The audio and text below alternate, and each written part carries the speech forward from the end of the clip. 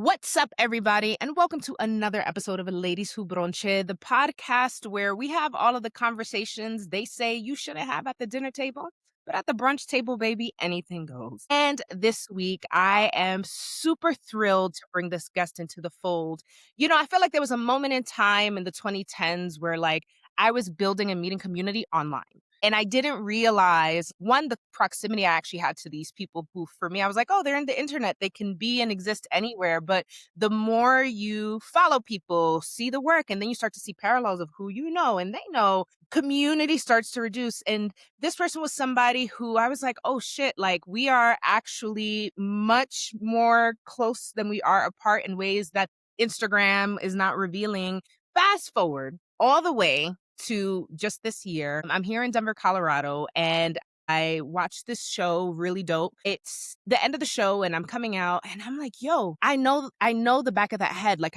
And that reality in that moment really put into the center for me how alignment and people who are on the same vibe as you, even if they are walking a different path as you always cross in the most uncanny moments. And that is meant to tell you something. When that moment happened, what I took it as was further affirmation of the move I had made, the ways in which I was having, yes, still my theater career, not in New York City, but that not necessarily being a big deal. And that community will always find you anywhere you go, even when you're not doing it on purpose or planning for it. I immediately took that as a sign as time to bring them to the bronche fucking table. So Rocio, please tell us, who the fuck are you? My God. First of all, thank you so much for bringing me on, Ladies Who Bronché. This is so exciting because I have been listening to you for forever, I feel like, which is amazing. But I'm Rocio. I'm Afro-Latina. I am passionate about activism. I am an artist. I'm a fight, intimacy director, movement director. I acted for a really long time and I decided to move past that. I, I had that moment. I'm like, I'm an actor. And then I was like, you are not Yeah, anymore. yeah, not anymore. Yeah, exactly. No mas. I'm a fighter. I'm a martial artist. I'm a huge anime nerd. I love anime. I love electronic dance music. That's right. EDM is my jam. I love dancing. Um, and yeah, I'm just me. I don't know what else Love to that. say about No, that. I love that. First of all, I love talking to people who identify as anime fanatics. I think anime is such a beautiful storytelling medium. It is. Like from the art to the way they structure emotions, it kind of feels like novelas, but in a cooler way. So I'd love to know what's your favorite anime if you have Oh my this. God. There's so many right now at the present moment in time because it keeps shifting as I watch more and more. But right now, Blue Eye Samurai is amazing on Mm. Netflix. The Apothecary Diaries is really good. Free Rin is great. And then the violent ones that are kind of old school favorites are Attack on Titan. Death Note is an old Mm. classic one. Yeah, of course, I'm having a brain fart. Oh, Dead JoJo? Man Wonderland is what I was thinking. Dead Man Wonderland is really good. It's super violent, but it's amazing. Yeah, Yeah. I like the violent ones. Back in what I call my whole days. Back when in my whole days, I used to find myself fucking around with dudes who liked anime. So I would often drop into series, but the more violent and crazy, the better. I Yeah. don't know. I really like those. Chainsaw Man is a really good one. That's really violent and really incredible. So, yeah, I remember I had a friend of mine who knew I was an anime fan. He lived with me for a little bit and he was like, "Oh wait, I didn't realize how much because I would literally be on the couch watching 8 straight hours of a series because we on like my day off of work." And he was just like, "Wait, I knew you liked it. I didn't know it was like that." Yeah, so Like I really, really, really, really enjoy you're it. really cool. But I love that. I love that, and I'm sure that in some ways, the ways in which you do your intimacy fight direction, that something about the essence and energies of those storytellings helps feed into the ways that you craft and mold some Right. of what you're doing theatrically. Or Yeah. at least we can say that and claim that so that the 8 hours don't feel they ain't nothing Okay, wrong yeah. with hours. Like I could write it off on my taxes because it's free. You know what I'm saying? Amen. All right. Mm. So let's move into our brunch questions. Yeah. And so I'd love to know, what is your favorite brunch drink and plate? Okay, my favorite brunch drink is hands down a spicy bloody. I love me a spicy bloody Mary any day, anytime. Hello, hello, hello. And I have a soft spot for corned beef hash with like a yolky egg on top.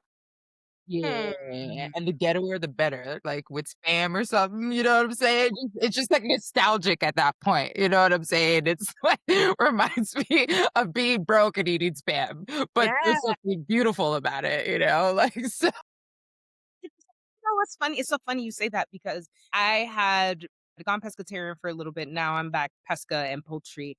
But like spam, every time I see a can, there's something about it that I'm like, damn, that would hit because it's true. There's like a nostalgia on the tongue with it. And it's gotten so expensive over the years that I'm like, when did y'all co-op the fucking broke people food? The same way they did it with oxtail. I remember when oxtail used to be $3 or less a pound back in the day. My mom would make it because it was a meat nobody wanted. Even turkey necks, expensive as fuck. And I'm like, what are y'all doing right. to our food? What are you doing to our food? Why are you co-opting our fucking food?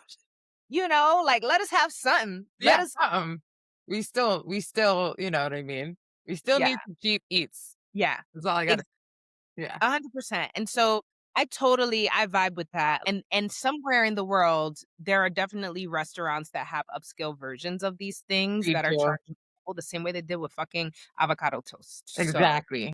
yes, Exactly. Correct. That is I correct. love that. So tell us, what is your favorite bochincha topic to discuss over Ooh, your bochinche. I mean, talking shit about so much stuff. I mean, I love talking shit about men. I love talking shit poor men? about how fucking, dumb they are. Like, que porquería, you know what I mean?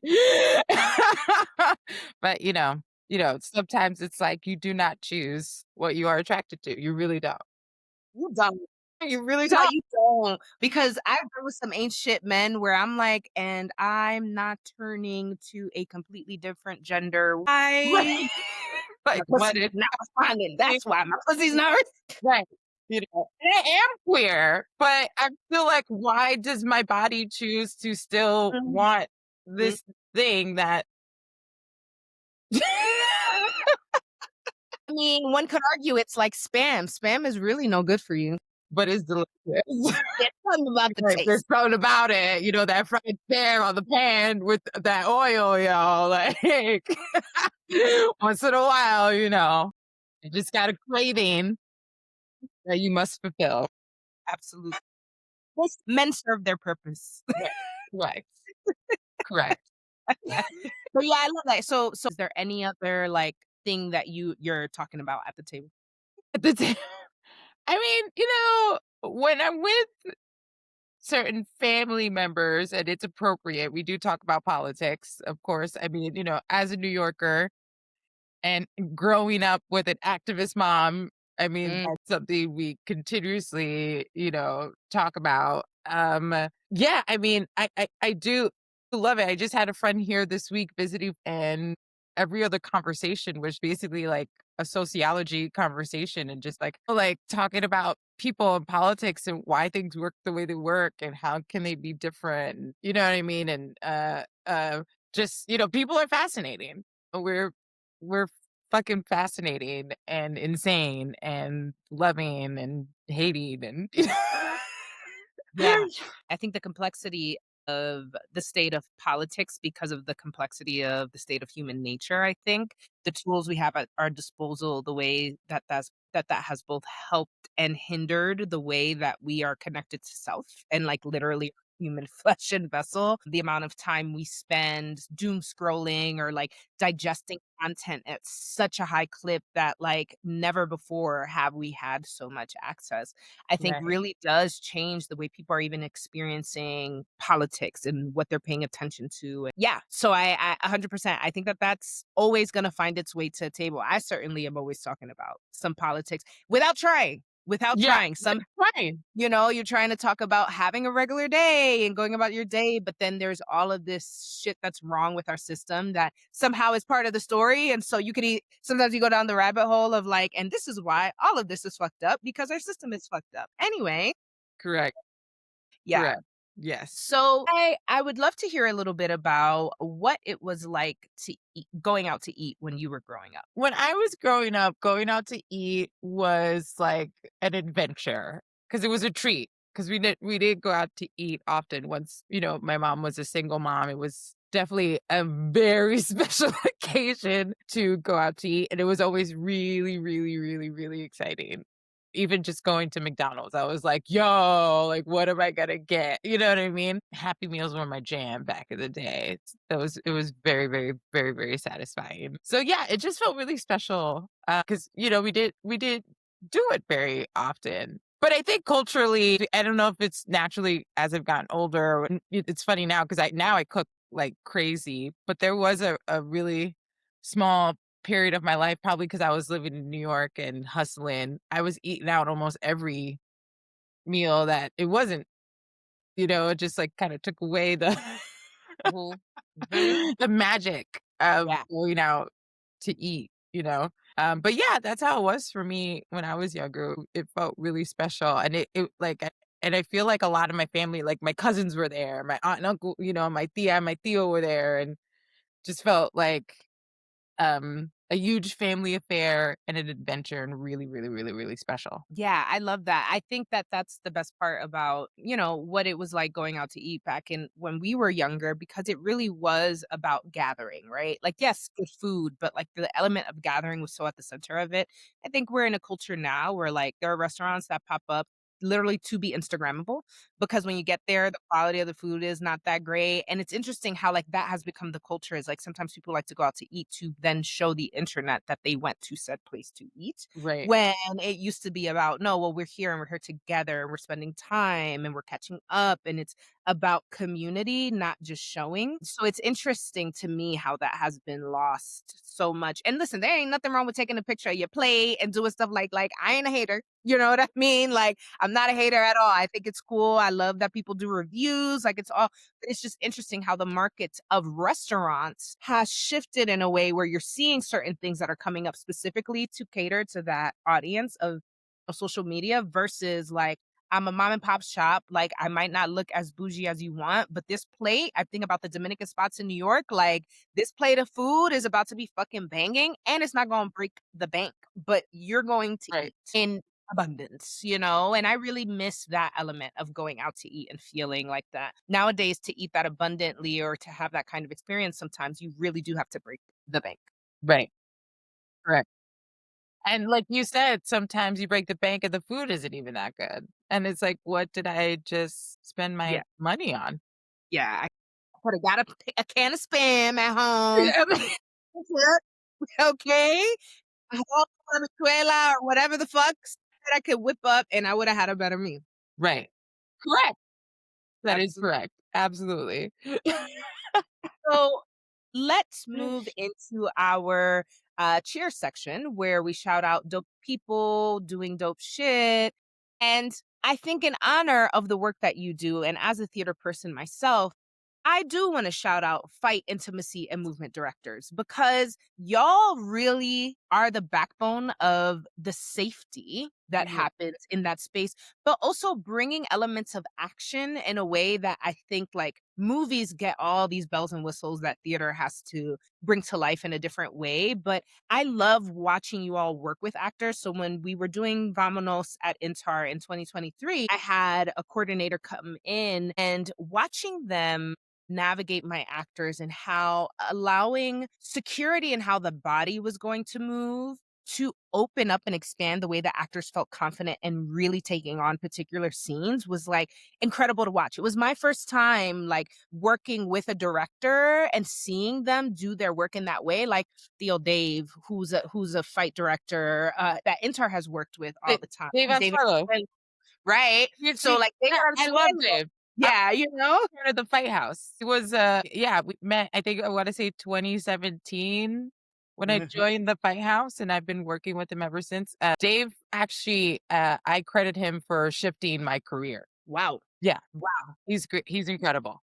He's I incredible. was gonna say, I'm not surprised. Theo Dave, also a wonderful playwright and performer, but Theo Dave, 100% was the only fight director that I knew for a really long time in my life in theater, which to me also speaks to this culture that sometimes theater has of when you're not directly in the center, people don't know how to pay reverence really to the work that y'all are doing. And Vamonos really was that experience that opened it up for me. And I was like, yo, yeah, this is a whole fucking craft, not my ministry.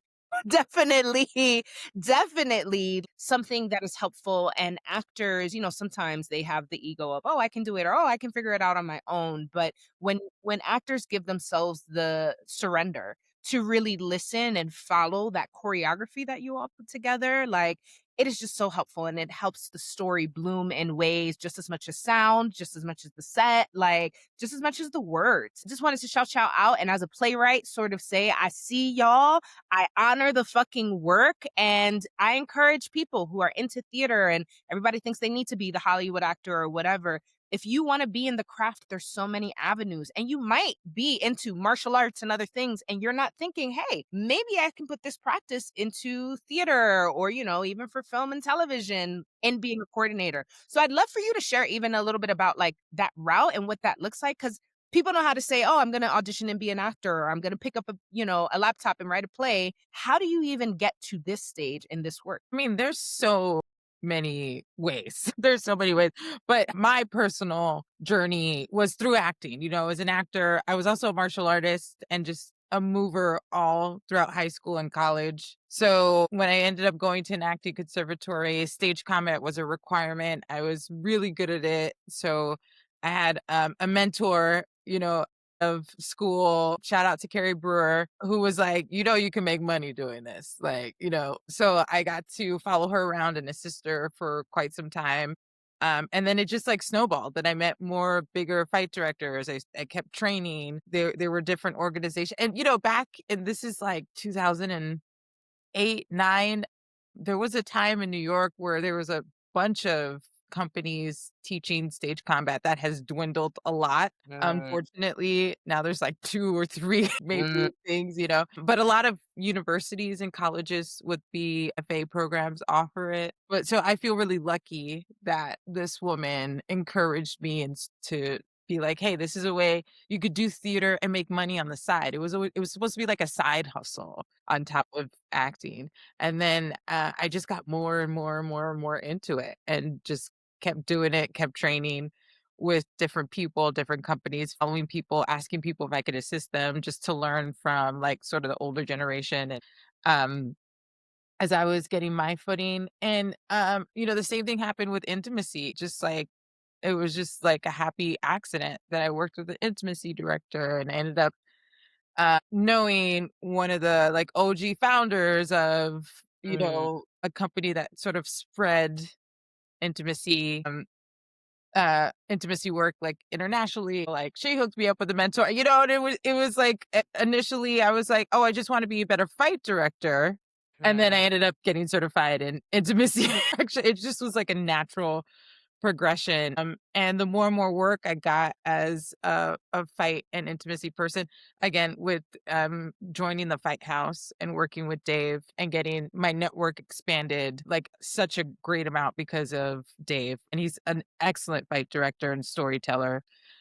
He's great. So it was just like it was a happy accident. I do believe that the more that we honor and hold space for the importance of this level of work, the more that people can understand and put respect on the community it takes to really have a show go up. It really does take a village, which is why I love being a playwright so much because I'm like, okay, I'm gonna set the scene, and then I get to watch everybody work and I'm just like on the side, like, Yeah. yeah, bring it to life, bring it to life. I wanted to shout out my mom, Sinaida Mendez, who also loves you, by the way, and saw Vamos at Yes. Instar because she let me know she saved your program.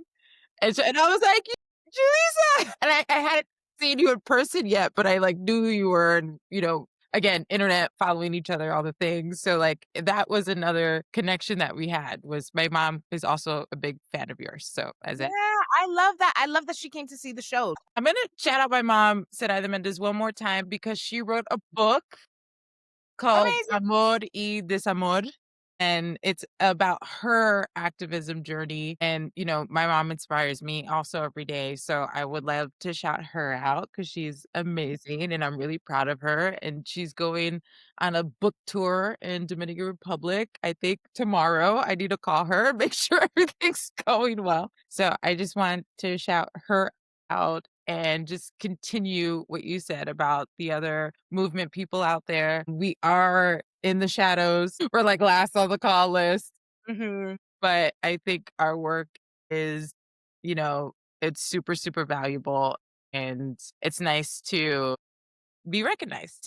And like I feel like especially with intimacy directors and then this will be the last thing I say about it, but you know, the safety when there's certain scenes that we as playwrights put together that be a little bit risky. Like different actors have different levels of comfort. And sometimes what's on the page is asking a bit much of the person, the actor. The way you all come in to still bring the importance of the essence of the energy, but still find safety and still find ways that actors can interact with each other safely is like people don't think about that. Like it's not just playing pretend and doing whatever's on the page. Like there are boundaries Mhm. that need to be enforced. And I think that it also teaches us as creators and writers how to write those boundaries in. But once you see how something you've written maybe doesn't work a particular way, and the next time when you come back to write something, you come back with that knowledge of like, if I was an intimacy director, how might I navigate this? Right.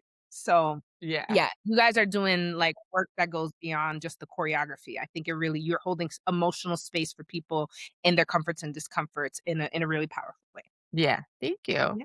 I Yeah. appreciate that. Shout out to moms. Check out the book, y'all. And mom is really like she's a like mom could be on the episode. There's a whole, we could talk about mom. Yeah. Mom has a beautiful body of work and her presence in community is very present in Yeah. a way that matters. And actually now that you say that, I'm like, boop, we gonna make a mental note for the next one. Yeah. Gotta hit mommy up. So let's move into our Tuta Loca es section, where we shout out motherfuckers who are doing the most. I am very relieved that the mayoral race in New York is over Me too. because I was getting dizzy with all of the campaigns, all of the back and forth, and just like the ways that people manipulate story in order to create hysteria is something that as a story maker, I can't unsee all the manipulation, all of the bullshit and all the tactics. But I think more than the stories that are produced, I get really irritated at how people receive those stories and are fooled. And I'm just Yeah. like, you are my fellow human race. Y'all are falling for this. Like, like really? And I know it doesn't seem in my nature because I'm always all like loving and positive. But let me tell you about my shadow side. I be real disappointed with humanity. And I really that's sideways most of the time. And then I gather myself and then I come to the public and I'm like, no, woosah, we're Right. gonna choose the higher path here. But like I was really on some, oh my God, like from the ways that the campaigns were like, only showing Mandami in particular attire, making his beard look darker, all the way to even like the ways in which I think I am not a Cuomo stan in any way, shape, or form. But just the way that like we have to fight fire with fire. I'm like, why is it all so low vibrational? I hope you're investing just as much time learning the policies and the important things that are happening as you are preparing these memes about either side, right? That politics and storytelling around politics it's become more about the story and the sensationalism of the campaigns and propaganda than it has about the actual issues. So I'm excited that Mandani is going. I was gonna say is president. I don't know if I'm speaking something into the future, I wish but God. I was about to say president, but Yeah. really I mean, though the president was really sweet on him, so we don't know. We We don't don't know. know. We don't know what happened in that room. We don't know. We don't know what'll happen. But I do think that observing that from afar, not being in New York anymore and being like, wow, I can't vote. I Like I don't have that know. power anymore. Like That was the first time too, I think, because the last mayor election, I was able to vote. So I was like genuine. That was the one thing about it. I was like, oh man, I want to vote for my city. I don't live there anymore, but that's still my city at heart. And at the end of the day, what happens to New York is it's a trend. Like New York is really important to the world. Like if anything happens to New York, a lot of, it's like a domino effect. A lot of other places are going to be affected in the United States and around the world. So like all eyes are on New York City because it is that important. It Yeah. really, really is. Yeah, I'm curious what were any of your takeaways or observations? Like you mentioned, you do come from you're a social justice warrior, and you come from social Yeah. justice warriors. I'm curious what your thoughts were on that election process and what your hopes are for the future and how you're feeling about. I mean, we saw that Mamdani went to the White House. That was one thing. We see that he has kind of, I guess, endorsed Hakeem Jeffries. Like, there's a lot of things that people are like, wait, see, this is what we're talking about. He's another AOC and he's another, like people have that energy. And yes, this is how I think. Clearly, I'm showing what I think about how people feel about it with the voice I just used. But I feel yeah, do Right. you know what game we're playing here? Because if the revolution you want is the one where we're gonna tear everything down, do you have your arms ready? Because, like, that kind of revolution is absolutely going to incite violence. Not even that we start the violence, but we see how police, get brought into city, National Guard, just based off of protests. You think if you're really gonna turn shit up, it's not gonna turn violent? A lot of y'all don't even know how to fight. A lot of y'all can't the sound of a gunshot near you without having ear protection. So, what are y'all complaining about when he has to make particular decisions? Is sometimes my opinion. Doesn't mean it's not right to want for more. I just think strategy is something that we need to understand a little better. But anyway, I want to hear your thoughts. Oh my God. I do have a lot of thoughts. I do think he's doing things differently and new, honestly. I think it was super smart to go to the White House and immediately talk to Trump before he gets sworn in. You know what I mean? I thought that was a smart strategy. And I think it was better to walk out of there seemingly unified is what because at the end of the day, we need to work together. We need to, like whether you're leftist, whether you're right, whether you're centered, at the end of the day, we need to work together to make this place better, right? Or y'all gonna throw hands. And this is my point, right? Because Yeah, it's like, they're gonna work together. Are we you can't not always fight. human, my fellow human in the United States about Right. how we gonna turn up together. Right. In We fact, can't I always actually fight. think the other side may be a little more coordinated. The motherfuckers might have with like being out here in Colorado and seeing all these gun loving, like Right. I'm like, oh, y'all different. Yeah. Yeah, I don't Yeah. know.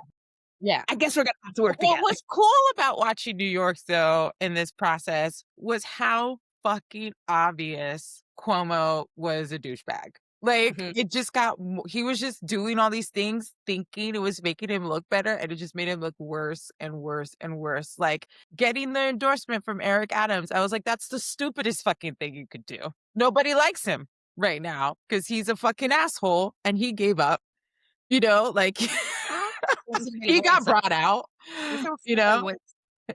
Go into Curtis Swalla and be like, "Can you drop out?" And like, you know what I mean? Like he's just doing these things thinking they're gonna help, and it just made it worse.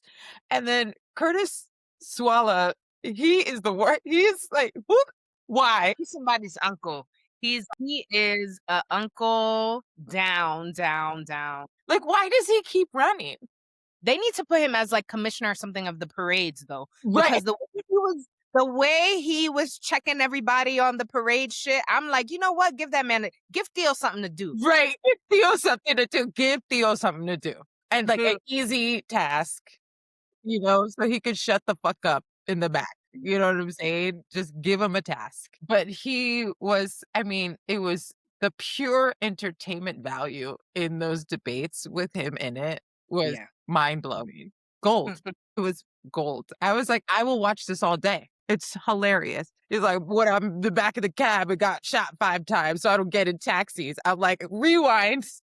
Yeah. I love it's fucking hilarious. But it was cool because I really felt like everything was out in the open. That's one of the cool things about the internet, right? Is just like the information was out. There was no hiding it. People were like, "This motherfucker doing this motherfucker doing that. Like, look, and then he did this, and look, and then he did that," and watching them stumble Mhm. trying to recoup from that, and that was very satisfying, which so like Mandani was able to basically slaughter because of that. Because he is being really transparent and he is talking about, ideas and how he's gonna approach them and you know what I mean? And he is working his ass off already, which is really exciting. New York needs something new. We've been doing same old for forever. And I'm excited that he's going to do, and I know they're going to be mistakes. Everybody makes mistakes.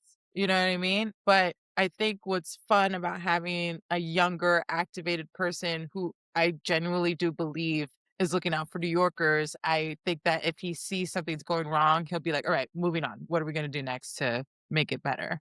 Admitting that there was a mistake and it failed, and like, what are we gonna do next? I could see him 100% doing that, which I really appreciate too. Yeah. Yeah. I mean, politicians are politicians at the end of the day, which means that there is a system that they have to work through. Right. Working through that doesn't always mean that they get to decide what they want in a way that looks like exactly what we as the voters want it to look like. That doesn't mean we can't hold them accountable. That doesn't mean we can't be like, yo, what's good? What's happening? I get the sense that he is the kind of mayor who will want that kind of accountability. And I'm interested to see what the feedback loops are going to be for him, like how he's going to build that, if he is going to make it so that New Yorkers feel like he is more accessible to receive feedback. Right. I feel like there's something about him that wants to be connected in a different way. Yeah. I think that that accessibility matters because a lot of the working people that he's representing are people who it's like, yeah, ask ask a taxi driver, ask a Theo Dominican taxi driver to advocate for himself via the mayor's office. He don't got time for that. How does he even begin? It feels so complicated. And so I think one hope that I have is that he does find ways to create easier and more accessible feedback loops, because at the end of the day, he's not going to do everything perfectly. There will be things that he learns along the way. And I think that to the very least, even if he has to honestly look people in the face and say, it ain't gonna happen, that he is at least willing to hold space for the truth. And I think that that is the thing that I most respect about him, is that it feels like he is willing to hold space for the truth. I know that that does not mean that he is always going to be able to accommodate the truths that are being discussed, but our hope is that he's going to push the needle forward in the best ways that he can. Right. Right. Who knows? Maybe he'll be the reason I come back to New York. Who knows? You know, he'll do I something don't that's, know. you know, I said that sentence and I heard myself say, "You a damn liar." Because New York, I love you, but Yeah. there is so much that to gain from having had, like, I when I moved, I was 30. So like, 30 years is a long New York stint. I Yeah. was born, raised, I did all the things. Same. I didn't even go away for college. I'm a CUNY kid. Same You thing know what with I me. mean? Yeah. Same. Yeah. Yeah. You know?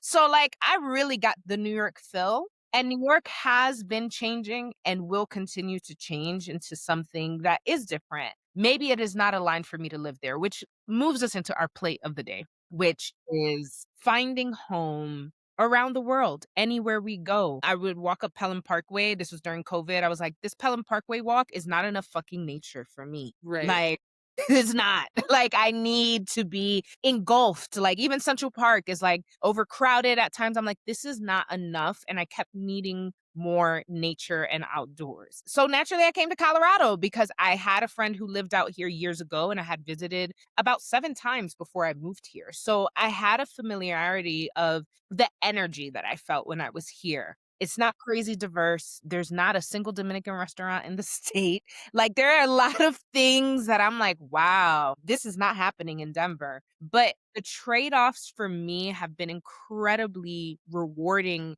and have allowed me to pour into my cups in areas that I didn't realize I needed to have poured into. And now that I do and my life has shifted, I'm like, "Oh, I can't trade this and go back to New York. I can't go back to the storm and frenzy and the busy, to your point about earlier when you said that you cook more now. Me too. I never thought I'd be a cooking ass bitch. And Yeah. I am now, Right. because the food here, like, you can find good food, but it's mediocre mostly. So I comida en la casa sounds real good out here in Colorado, whereas in New York, it's hard to keep up with that. And so those are just some of the highlights of my experience. But you too have left home, which is something that I didn't realize until we had that encounter here in Denver. Yeah. And I'd love to hear what motivated that move and what was even keeping you in New York in the first place. Mean, New York is like that ex-boyfriend who had that good dick that you Yes. just keep going back. You know what I'm saying? Swallow. You know what I'm saying? Like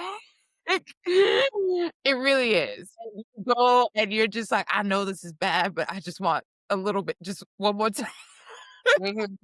But I mean, I was an actor for a really long time, and I think actually when I was just an actor, it was even more limited. It was like New York, LA, Chicago. And, as a New Yorker, true New Yorker, LA was not for me. And then I was not going to survive winters in Chicago. So really, really that's what kept me in New York. And then I'm also born and raised in New York. So like my family, my friends that I grew up with, like all the people, even though people have scattered for the most part, some, but for the most part, my family's there to the point where like I have an aunt who's like 5 blocks away from my mom that I get to hang out with.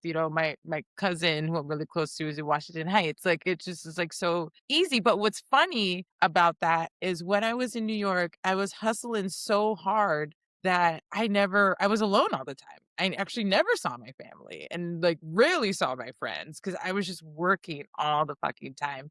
Um, and that was number one motivator for me to be like, maybe I should start thinking about where I could go when I decided to quit acting and just be, fight intimacy movement person. I was like, where can I go? So I was thinking of like Atlanta. I was even thinking of Nashville. I was thinking of all these other places. And just as that is ruminating within me of like, where should I bring my energy? I got recruited to apply for this job in Ashland, Oregon, which like that did not cross my mind whatsoever. Very specific.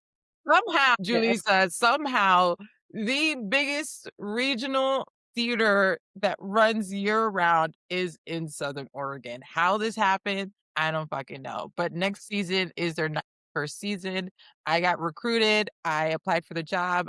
They hired me as a freelancer so I could sort of check it out. We could feel each other out. And then they offered me the job. And I said, you know what? Fuck it. I'm out. And best decision ever. And I still love New York. Like you said, I still work there a lot because I still freelance. And of course, my family. But let me tell you something right now. I spend more time with my family now than I did when I was living in New York. Like literally, I probably talk to my sister like once a week now. I see my mom like every 3 to 4 months when I go home and like I stay with her when I'm home. So like we get a lot of time together. Same with, my cousins, my nieces and nephews. It's just like I'm more connected now that I'm across the fucking country that I was there because I was hustling I was just working to, keep my head above water because it was so expensive. I mean, I was living in a two-bedroom that was 2750 in Harlem. Yeah. I Yeah. have a fucking full ass house for 1800 here. It's a Woo! house. I live in a house. Do you know what I'm saying? One little thing that I didn't realize, like, that I love living here, there's never any traffic. Oh, girl, let me tell you There's how that was so huge for me when I first came to Denver, like and now Denver has, like, had a big Texas, California migration, so now we get in traffic, so now I'm acting like I'm a Coloradan, and I'm right. like, "Fucking transplants," beat the transplant, me talking that shit on the road, "Move, you don't know how to drive," and they don't. Californians, let me tell you, I don't know what y'all doing in that state, but y'all don't know how to fucking drive, and y'all bringing the bullshit here, but yes, no traffic. No traffic. Do you know how insanely amazing that is? That, like, when I'm like, "Hey, I'll see you in 5 minutes," I actually get there in 4. Yeah, Do you know what I'm saying? Like, in yeah. New York, like, it's like, I don't know when I'll see you, but I'm on my way. The train has traffic. Right. Even the subway has traffic. What Yep, are we doing? Right? yep. And, yeah, so I love New York. I was actually just there in the fall for 6 weeks working. I just even remember that first week was rough going back. I mean, I was so just overstimulated. It was hard to sleep, like, everything's noisy. I was just like, "Oh my god, what the fuck? I just wanna go back home." Of course, I got into my routine, and it was great staying with my mom and, connecting with her and, my bestie and everybody else and stuff, and, everything ended up working out and flowing and being really fantastic. But the second I got back here, I was like, this is where I belong. I got in my bed and I was like, it's so quiet and I could sleep for 8 hours with no disturbance. It's fucking awesome. It's great. Yeah. It's an adjustment period too, like, I think at first it was like it's interesting now I go to New York and I'm always like, "Yeah," by day 4, I'm like, "Okay, let me Yeah. relax. I'm ready to Yeah, go." like, You know what I mean? You get excited because you see people, so it's like, "Oh, the first couple days is the right, first day I hug my parents. But that first hug is the best right, fucking thing." And I'm like, "Oh, I'm home." And then by day 4, I'm like, "I need quiet. I need right, mountains. I need, like, right, things New York does not have, and that I truly didn't know I needed until I left, right, you know? But right. that adjustment period was a little bit of a motherfucker at first for me. I'm curious, what was your adjustment period like, in Oregon? The biggest adjustment, and I've been here, it's gonna be 4 years in January, and I will fully admit that I'm still adjusting to small town life because I didn't move to another city, I moved to a small town. There's 20,000 people here, and people be knowing shit. And, like, Everything. I'm from New York, like, rule number 1 is mind your motherfucking business. Period. Period. Everybody knows to mind your motherfucking business. That is not a thing here. Like, and I'm still adjusting to that. I'm still like, "Mind your business." Yeah. You know? Yeah. I have lovely people around me who are well-intentioned, but they ask too many questions, and I Mhm. have to remember I gotta remember to, like, not, because 'cause I'm very expressive. Mhm. And I have to Mhm. remember to be like neutral face, like poker face, like chill, girl. Don't let them, because I be Mhm. wanting to be like, why are you asking questions though? Like, stop. You know what I'm saying? So there are moments where I have to catch myself, like, stop doing that. But so I'm still adjusting to that. But the good news is a goal of mine when I moved here was like, I can't make work my only thing out here. So I did have a goal where I'm like, I'm going to make friends outside of work. I'm going to build community. I'm going to have community. And I was able to do that. So I'm really grateful that I have this like really cute little core friend group outside of work. They know nothing that's going on in those walls. Thank God, I could like step away and like decompress and hang out with my homies outside of work. And it's fantastic. Another adjustment is similar to you, is everybody white. So that's another I'm like the diversity that I came into Flint, Oregon. Like, I had to a conference there. I was there for, I wanna say 3 days or 4 days, Yeah, and wow. yeah, Like, I complain about Denver, but, like, yeah, yeah, it's rough it's out white. here.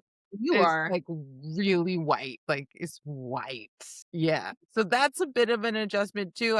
I mean, thankfully, I've worked, like, nationally, so I've been to a bunch of cities. I've even been to other small towns where I've done theater stuff, so I've been able to acclimate and, adjust of however I need to adjust, but it's been a very specific experience out here. But I am grateful to my job because if it wasn't for Oregon Shakespeare Festival and also the university, Southern Oregon University. I mean, if it wasn't for these two institutions, we would have no people of color here. But thankfully, because of them, we got the like 1.8% that exists in Oregon. And I mean, like, for those who know the history of Oregon and, Yeah, like, KKK, like, I mean, the racial history of Oregon is right, vicious, just like in Colorado, but I feel like Colorado, for some reason, has gotten away with not being so much on the forefront of those conversations, and I'm like, "No, y'all motherfuckers have a history," right.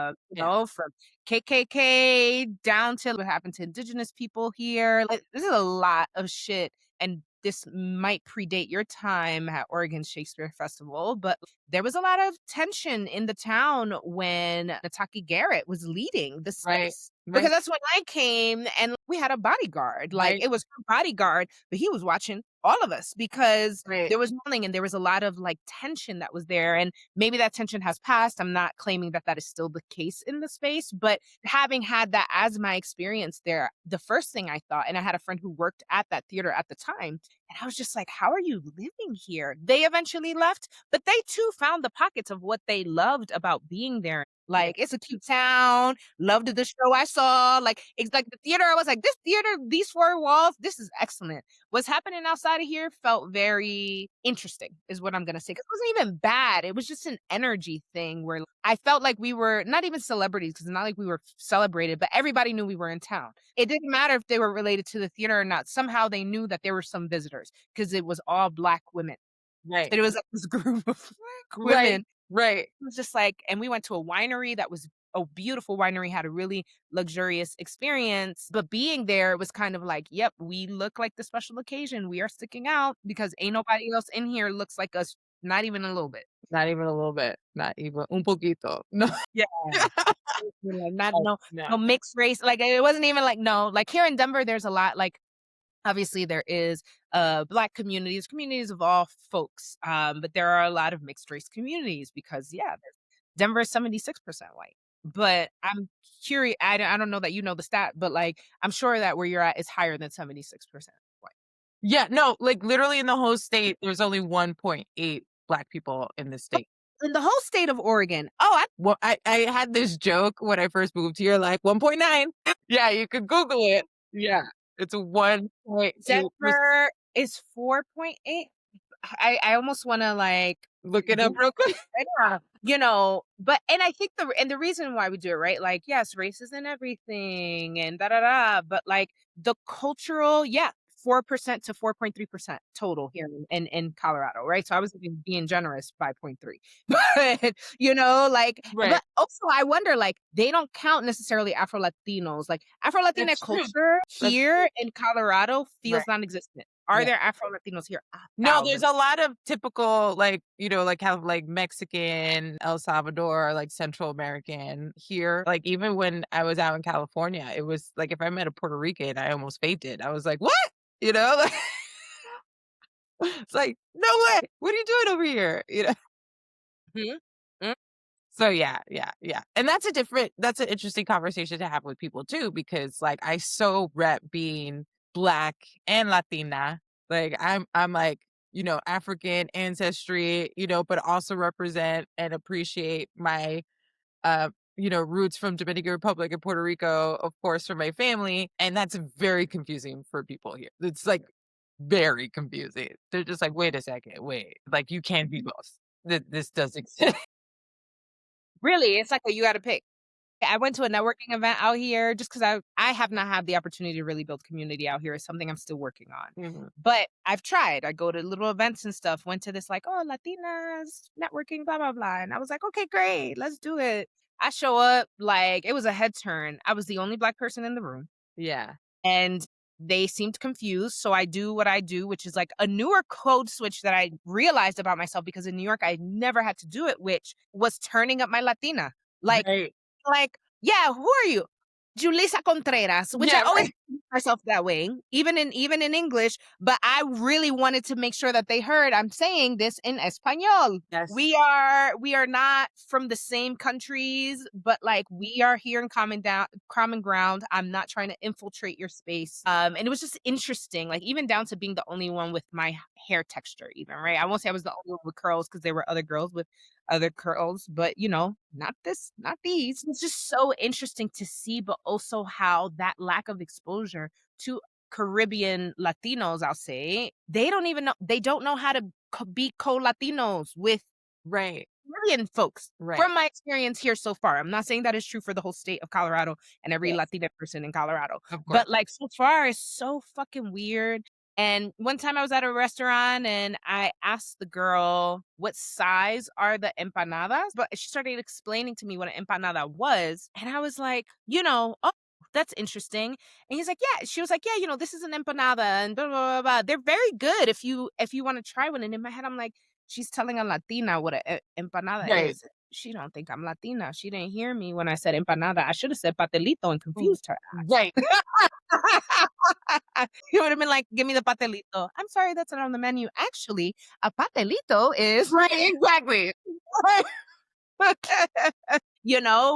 yeah, these are parts of the adjustments, but somehow, even in the face of some of the lack of these comforts, I still rather be here than in New York. Isn't it Same. amazing? Yeah. Yeah. Same, same. I mean, waking up to, like, I kinda wanna show you, like, I have this cute little balcony and this beautiful tree outside, and you hear birds, and I walk outside, there's just, like I live in a valley, so there's just mountains and rolling hills all around. I will say that my mental health has adjusted since I've moved here. I'm a lot less stressed. I do a lot more self-care stuff because I have time to do it. You know what I mean? Like I go to the doctor now, you know what I'm saying? I'm like taking care of myself and I'm cooking like you said. I like found this joy of cooking again that I didn't have in New York because I didn't have the fucking time to do it.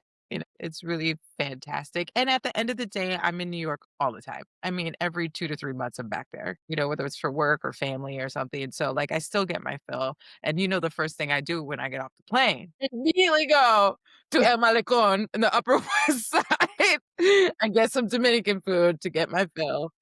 Uh, It's my favorite thing. It's my favorite thing. My parents are very obsessive about picking me up at the airport, and so I'm like, I get picked up, and I'm like, I don't even need to buy this airport food because I got a plate right, waiting for me correct, that I have been waiting for right. as well. I'd be curious, what would you say you've learned about yourself or about your power through this distance that you've created from home? Home being New York because New York is always Yeah, home, 'cause it's it's always what yeah, brings of us, but, course. like, what have you learned about your power, whether that's your personal power, your artistic power, or even just the power of your body? To your point, your nervous system is able to regulate in a way that I would argue, like, our ancestors' wildest dreams, that we would be able to understand the peace of being in nature and moving slow and being with community. Like, I think you learn things about yourself that is different than the power you feel like, "Yeah, I hustled, I finished a million things in New York and blah, blah, blah, and I didn't sleep." That isn't actually the flex that we would think it was. So how has this taught you anything about your power? I mean, I think you kind of explained it already. I think that it was moving here and being able to breathe, and this word kept coming up that I love, "No." That I started using, you know what I mean? Where it's like, "No, I'm not gonna do that. I'm gonna actually take my time and do this," or, "I wanna watch TV today," or, "I actually wanna cook this meal," or, "I wanna go for a walk," the word "no" has become very prevalent suddenly in my life where I feel like I was a yes man in New York, it was like, "Yes, yes, yes, yes, yes." I think that's really that's a lot of power already right there in my opinion of having that word feel very accessible to me and very right. And I think like, I'm proud of myself because and not to hate because I love my New Yorkers and I love everyone there, but it, I can see why it could feel like a trap sometimes. And it felt, really freeing to know that I could do it. And now I know I could do it whenever. I mean, I hope I have this job forever, but if anything were to happen, I feel even more confident that I could go somewhere and adapt as fast and, as easily and swiftly as I did here. Yeah, Yeah. which is really Yeah. that's also really powerful too. Yeah. Wonder about that. I ask myself all the time if I would, like, leave the country and live just, like, in a completely different country, not even because of the politics or when people are like, "Oh, I'm Yeah, leaving yeah. America." I just like, why not? Like, I figured it out in America, and even this idea of like, not saying DR is on my prospects of, oh, I want to live in DR, but I'd be curious, like, what does it feel like? I've spent like, oh, a month in DR, but like, what does it feel like to be in DR for 6 months, right? Or having a life where it's like I have my home here in the States, and then I do have a second place where I can be like, I'm here for an extended amount of time. It's something that I never really thought of when I lived in New York, but now being here in Colorado, I'm just like, wow, home is really me. And I think that that was my biggest takeaway, and what I've learned about my power is that I am my home. And so as long as I have the boundaries that I need and the wherewithal to keep myself whole and well, anywhere I am whole and well, I can be at home. And I'm curious what your words of encouragement or advice would be to anybody who is like considering a move or like flirts with the idea but thinks it's too Yeah, complicated. What's yeah. what's your advice? Well, if it's specifically about New York, because that's our home, it'll always be there. That's my advice. It's like New York will always fucking be there. She ain't going nowhere. Ain't no time anytime soon. She gonna be there forever. So why not take the chance and move somewhere else that's more affordable where you can relax more? You don't feel pressure to make a certain amount of money. I mean, let me take that back. Now in the United States, everywhere is expensive, but you know what I'm saying? But it's still like a little bit easier. Like, for example, like even though my rent isn't cheap, but like I said, I live in a house, Yeah. you know? Yeah. And that's insane to me. I never thought that would happen. Take the leap and, you could always go back. That would be my advice. That's the major key. You can always go back. You always Like, New York really is the kind of place you can always come back to. I get it. New York's rent, and this is where going back to Mamdani, like maybe we can rent stabilize in a way where people aren't like, no, I can't leave New York because if I give this apartment up, right. I can never come back. I cannot re-enter this world at that market rate. And I get that. And I fully respect that. But there are ways and there are ways, like do something. But if that's your only blocker is this idea that you're afraid that if you need to come back, it's going to be more expensive. That is not actually good enough because I thought too, like I was like, damn, like I have somebody renting my apartment and I'm like, oh, I might need to come back. So I'm not coming back. You know what I mean? Like, I'm not coming back, like, or and at least not permanently, I don't think, unless, the universe has complete other plans that are for me that are of my good, so I'm not blocking a blessing. Right. But, I Right. have to say that because I don't wanna, like, speak it out into the universe, and the universe be like, "Oh, okay, taking this opportunity. You don't wanna come? I'll come for the right opportunity." Right. But if there is not something that is for me, that is waiting for me, that is manifested out of something that is for my highest good, no, I don't think I would come back to New York. So this idea of having New York as a safety plan and not knowing how to create the New York safety plan, and so you're staying, is counterproductive. If it's time for you to go, if your soul is calling you to leave, Right. move, Right. I agree. move. Yeah. Yeah. Yeah. Find work, explore your new life, become a whole I'm a whole hiking ass, you Right? know, now, You like, must get a really, dog. like, all the things. All the bars here, there's room for dogs, all types of shit. It's the Right. first time in my life that, like, because I've always been like, "Absolutely, I'm not having kids," where I'm like, well, if life is at this pace, I guess I could have a little, mocoso running around if I Yeah. really wanted to. You know what I mean? And I'm Yeah. like, not saying I'm working towards that because I might excite some people by saying that. I'm not saying I'm definitely having kids. I'm just saying Like, that the possibility of it feels very different than who's gonna be going up and down those MTA stairs with a right. carriage. Not me. No way. Not no way, Jose. No, no. Thank you so, so much for bringing your experience, your joy, and light to our table today. Let us know, where can we follow you, support you, any upcoming projects or things that you want to share? Oh my god, yeah. I mean, if you aren't oh my god, where do I start? Okay, so for RocioMendez.com, Instagram, it's Rocio Mendez. I work full time at Oregon Shakespeare Festival, so if anyone wants to take a trip to Ashland, Oregon, hit me up. And if you're in New York, there's some incredible stuff still going on. There's practice at Playwrights Horizons happening right now, where I was a fight and intimacy director, and it's getting great reviews. I also did Archduke at Roundabout Theater. I was a fight director for that. Queens at MTC. I also did. They close on Sunday, but they're all so different, but all fantastic shows that I did while I was in New York over the fall. They're all fucking amazing shows. You'll be supporting me and the arts, and that would be fucking fantastic. Go out and support that theater, y'all. For real. We rely on it, and also we work mad hard to make these things come to life, and they're good. So go get some good art. You can follow us at Ladies Who Bronché across all streaming platforms. Thank you so much, y'all, for tuning in today. And until next time, bronche. Yay.